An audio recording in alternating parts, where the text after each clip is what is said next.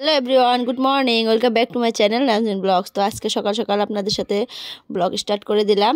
তো আজকে ব্রেকফাস্টের জন্য বানাবো বিরিয়ানি, আর বিরিয়ানিটা একদমই সিম্পল করে বানাবো। আর আমি চাউলটা কষাবো কড়াইয়ের মধ্যে তেল, পেঁয়াজ, তেজপাতা, কাঁচামরিচ দিয়ে দিছি। আর রাতে ছোলা বুট ভিজিয়ে রাখছিলাম, সেগুলাও দিয়ে দিব এখন। তারপরে একটু আদা বাটা দিয়ে ভালো করে নেড়ে চিড়ে সোমবারটা এনে চাউলগুলা দিয়ে দিব। আর চাউলটা হলো ভোগ চাউল, ছোটো ছোটো একদমই, যেটা একদম সেন্ট করে বিরিয়ানির চাল, খুবই ভালো লাগে। তো সেই চাউলটা দিব। তো একটু হলুদ দিয়ে দিলাম, একটু লবণ দিয়েও দিব, দিয়ে এখন ভালো করে ভেজে নিব। আর আমাদের সকালের খাবারটা একটু হেভি খাইতে লাগে, কারণ আমার হাজবেন্ড এই খাবার খেয়ে 2টা অবধি থাকবে। আমি তো 10টায় আবার ভাত খেয়ে নিব, কিন্তু আমার হাজবেন্ড কিন্তু খাবে না, এই খাবার খেয়ে একদম 2টা অবধি থাকবে। আমার বেশিরভাগই বিরিয়ানি, রুটি এগুলা বানাইতে হয়, মুড়ি বিস্কিট এগুলো দিয়ে চা খাইলে হয় না।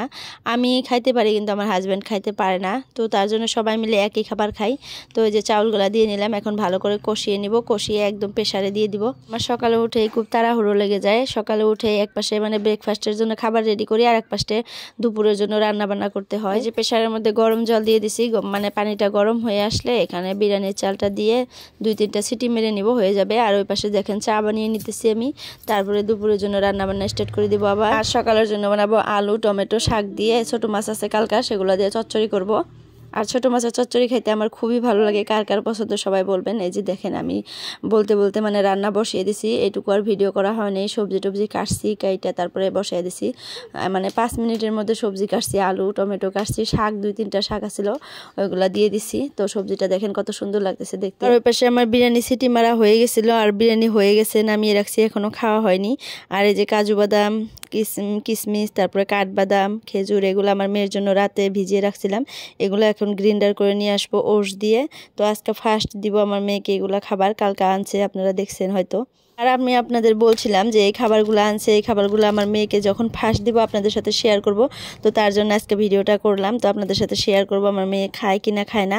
তো এখানে দিয়ে দিলাম পানির মধ্যে ওটস, সেরেলেক্স, যেগুলো গ্রাইন্ডার করে নিয়ে আসলাম সেগুলোও দিয়ে নিলাম। আর একটু সেরেলেক্স দিয়ে নিছি, একটু হলো তাল মিশ্রি দিয়ে নিছি। এখন ভালো করে জাল করে নিব, সিদ্ধ করে নিব। ওই পাশে আমার মেয়ের খাবার রেডি হইতেছে। তো এই পাশে আমার থালি বাসন বহুতগুলো হয়ে গেছে, এগুলো এখন ধুয়ে নেই, যেহেতু আমার বেসিনের 2 পাশে জায়গা নাই রাখার জন্য। তো আমার বেসিনের মধ্যে সব থালি বাসন রাখি, দেখেন কতগুলো হয়ে গেছে। এখানে রাখলে থালি বাসন ধুইতে ঘষতে খুবই কষ্ট হয়, যেহেতু 2 সাইডে জায়গা নাই আমার। তো অল্প থালি বাসন হলেই আমি ধুয়ে নেই। আজ একটু বেশি হয়ে গেছে, অল্প কষ্ট হয়ে যেতেছে, তো অল্প অল্প করে ঘষে ঘষে অল্প অল্প করে ধুয়ে সাইড করে রাখতেছি। মেয়েকে মানুষের কাছে দিয়ে আসছি থালি বাসনগুলো ধোয়ার জন্য, তো তাড়াহুড়ো করে ধুইতেছি, দেখতেছি নি। তো তাড়াহুড়ো করে কাজ করি, কি আর বলবো, সংসারের কাজকর্ম তো করতেই লাগে, নিজের যত্ন একদমই বাদ দিয়ে দিছি। সংসারে যতটুকু করলে চলে, সাথে ওইটুকু করে চলতেছি বর্তমানে এই অবস্থা। মানুষের কাছে আর কতক্ষণ দিয়ে রাখবো, ভালো লাগে না, কত টাইমে ভালো লাগে না, মনে হয় যে কিবা করতেছে, কিবা খাওয়াইতেছে, কিবা কি করতেছে, এগুলা মনের মধ্যে সবসময় ছটপট ছটপট একটা ভাব হয়ে থাকে। তো যাই হোক, তারপরে আমার মেয়েকে নিয়ে আসলাম, নিয়ে এসে খাওয়াইতেছি। আলহামদুলিল্লাহ খুব সুন্দর করে আমার মেয়ে খাইতেছি, ফার্স্ট দিতেছি। আমি ভাবছিলাম যে খাবে না, যে হয়তো খাবে না সে, কিন্তু এত সুন্দর করে খেয়ে নিতেছে, আমার খুবই ভালো লাগছে তার জন্য। তো সবাই দোয়া করবেন আমার মেয়ের জন্য, খাওয়াটা এইভাবে থাকে, সব কিছু খায় আলহামদুলিল্লাহ, কোনো কিছু না করে না। ওকে যে যে জিনিসটাই খাওয়াই সেটাই খায়, অল্প হলেও খেয়ে নেয়। আর আমার মেয়ে খিচুড়ি খাইতে চায় না।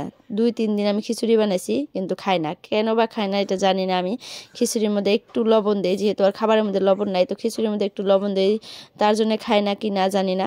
তো সে খিচুড়ি খাইতে চায় না, খাইলে বমি করে বের করে দেয়। এখন আমার মেয়েকে খাওয়াইয়া তাকে ঘুম পাঠাবো, ঘুম পাঠিয়ে আমি ভাত খেয়ে নিব। তো আজকের জন্য এতটুকুই। সবাই ভালো থাকবেন, সুস্থ থাকবেন, বাই বাই, আল্লাহ হাফিজ।